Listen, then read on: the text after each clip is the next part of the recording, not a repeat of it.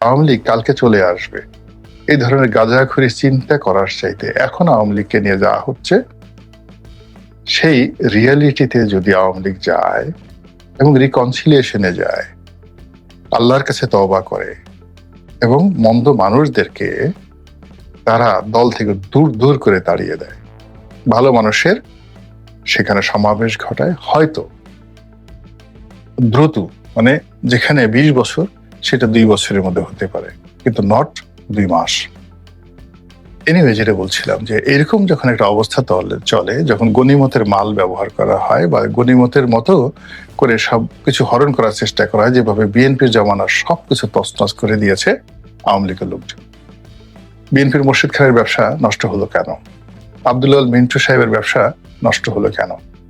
এইভাবে বাংলাদেশের যত বড় বড় শীর্ষ ব্যবসায়ী ছিলেন, আপনি গিয়ে দেখেন যে মির্জা আব্বাসের মতো শক্তিশালী একজন মানুষ আওয়ামী লীগ জমানাতে আইজি বেনজিরের নাম করে তার একটা পিয়ন তার কাছ থেকে এসে জোরাজুরি করে টাকা নিয়ে গেছে। এই ঘটনা ঘটেছে বাংলাদেশে। তো সেই একই ঘটনা আওয়ামী লীগের ক্ষেত্রে ঘটতে থাকবে, বারবার ঘটতে থাকবে। তার প্রেক্ষিতে বিভিন্ন অ্যাঙ্গেল থেকে যা কিছু হচ্ছে, আমরা যেটা জানতে পারছি সেটা হলো আওয়ামী লীগকে সেই 1-11 মতো আবার ভেঙে টুকরো টুকরো করে দেওয়ার চেষ্টা করা হচ্ছে। রিকনসিলিয়েশনের নামে, রিফাইন্ড আওয়ামী লীগের নামে নতুন করে বাংলাদেশে আওয়ামী লীগকে রাজনীতির মাঠে ফিরিয়ে আনার চেষ্টা করা হচ্ছে, যার সঙ্গে শেখ হাসিনার জয়ের শেখ পরিবারের কোনো সম্পর্ক থাকবে না। 2 নম্বর হলো যে কিছু মানুষকে সামনে এনে এমন কিছু কাজ করানো হচ্ছে, কথাবার্তা বলানো হচ্ছে, যেগুলো শুনলে বা দেখলে মানুষের রাগ হয়, ক্রোধ হয়, গোস্বা হয়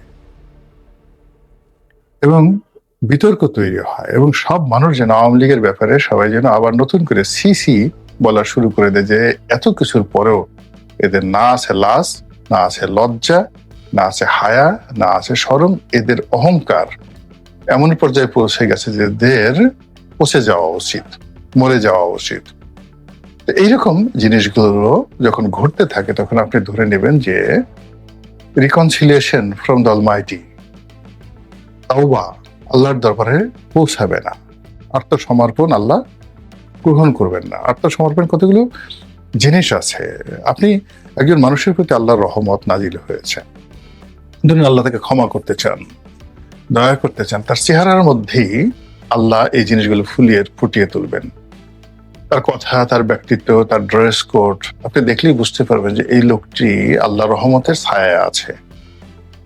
এখন আমাদের এই রাজনৈতিক অঙ্গনে বাংলাদেশে যারা আছেন, আপনি দেখেন তো, কাউকে দেখলে আপনার প্রশান্তি আসে কিনা? কাউকে দেখলে মনে হয় এই লোকটি আল্লাহর রহমত প্রাপ্ত? কাউকে দেখলে মনে হয় যে এই লোকটির হাতে যদি রাষ্ট্র ক্ষমতা ন্যস্ত হয় তাহলে দেশ শান্তিতে থাকবে? নিজে নিজে প্রশ্ন করেন। আর অতীতে যে সকল লোক নিয়ামত প্রাপ্ত হয়েছেন, হেদায়েত প্রাপ্ত হয়েছেন, এমনকি কাফের থেকে মুসলিম হয়েছেন, এমনকি রাতারাতি আল্লাহ যাদেরকে ক্ষমা করে দিয়েছেন, ক্ষমা করে তাদেরকে আবার রাষ্ট্র ক্ষমতায় বসিয়েছেন, তাদের ইতিহাসগুলো পড়েন তো, তাদের চেহারার দিকে তাকান তো, তাদের কর্মের দিকে তাকান। সেই রকম কোনো লক্ষণ বর্তমান এখন যে রাজনৈতিক অঙ্গন বাংলাদেশে আছে তাদের মধ্যে আছে, কিংবা বাইরে যারা আছে তাদের মধ্যে আছে? যদি না থাকে তাহলে দুর্ভোগ, অনন্ত দুর্ভোগ, দুর্দশা আমাদেরকে আচ্ছন্ন করে রাখবে। এরই ধারাবাহিকতায় এই যে দিল্লিতে যে সংবাদ সম্মেলন হলো, এক পক্ষে বলার চেষ্টা করছে যে শেখ হাসিনা আবার শেখ হাসান মাহমুদ, তার হাত দিয়ে আবার আওয়ামী লীগকে পুনর্বাসিত করবে, আবার আওয়ামী লীগ সেই যে পুনর্গঠিত হচ্ছে, বাংলাদেশে আসছে, সেখানে সেই হাসান মাহমুদ। তাহলে আর হলোটা কি? তাহলে আওয়ামী লীগের কোনো ভবিষ্যৎ নেই। মানুষ, আওয়ামী লীগের যারা লোকজন হতাশায় মরে যাচ্ছে। তারা গ্রুপ বলার চেষ্টা করছে যে শেখ হাসিনার সঙ্গে তাদের কোনো সংযোগ নেই, তারা ওভার স্মার্ট হওয়ার চেষ্টা করছে, তারা শেখ হাসিনার দৃষ্টি আকর্ষণ করার চেষ্টা করছে, বা তারা আওয়ামী লীগের মধ্যে একটা উপগ্রুপ তৈরি করে সত্যিকার অর্থে আওয়ামী লীগের যে মিশন ভিশন এটাকে শেষ করে দিতে চাচ্ছে। এবং এর সঙ্গে বিদেশি গোয়েন্দা সংস্থা জড়িত।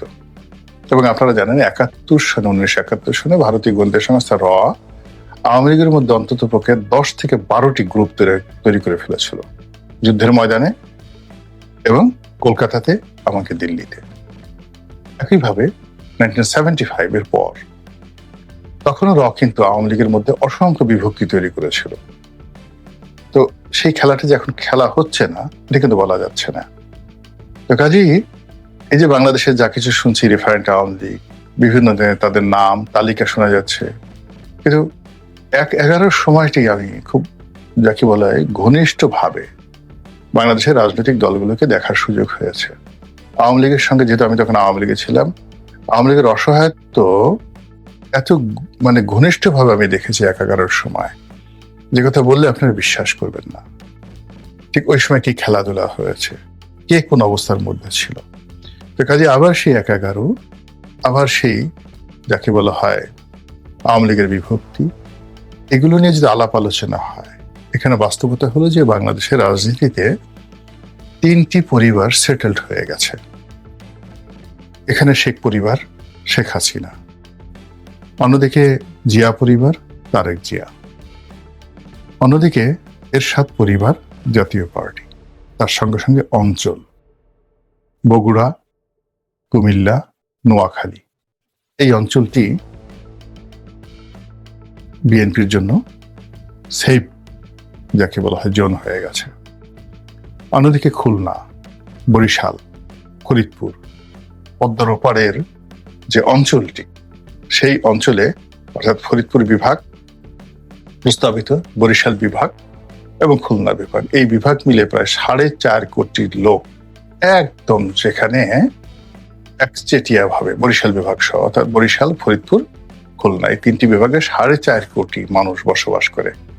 এখানে ব্রুট মেজরিটি আওয়ামী লীগের। উত্তরবঙ্গে এখনো কুড়িগ্রাম, নীলফামারী, রংপুর, দিনাজপুর না রংপুর, এর বাইরে যাকে বলা হয় এই যে গাইবান্ধা, এই অঞ্চলে এখনো জাতীয় পার্টির 30 থেকে 35টি সিটে তারা অপ্রতিদ্বন্দ্বী। এরশাদের প্রভাব অপরিসীম, কোনো কথা নেই। জামাতেরও তদ্রুপ। চাঁপাইনবাবগঞ্জ, চট্টগ্রামের বিশেষ কয়েকটি অঞ্চল, নির্বাচনী অঞ্চল, যশোর, সাতক্ষীরা, তারপর খুলনার 2-3টি সিটে, এদেরও প্রায় 15 থেকে 20টি সিটে ব্রুট যাকে বলা হয় মেজরিটি রয়েছে, ক্ষমতা রয়েছে। এই বাস্তবতাগুলো সেটেলড হয়ে গেছে, এর বাইরে যাওয়া যাচ্ছে না। তো এই বাস্তবতার নিরিখে যদি আপনি বিবেচনা করেন, তাহলে দেখবেন যে যতই রিকনসিলিয়েশন করার চেষ্টা করেন, আওয়ামী লীগকে শেখ পরিবারের বাইরে নেওয়া যাবে না। যারা যতই খণ্ড বিখণ্ড করার চেষ্টা করেন, বিভিন্ন গোয়েন্দা সংস্থার পয়সা নিয়ে, বুদ্ধি নিয়ে যারা তৎপরতা চালাচ্ছেন দেশের বাইরে, তাদেরকে আরেক দফা লাঞ্ছিত এবং অপমানিত হতে হবে।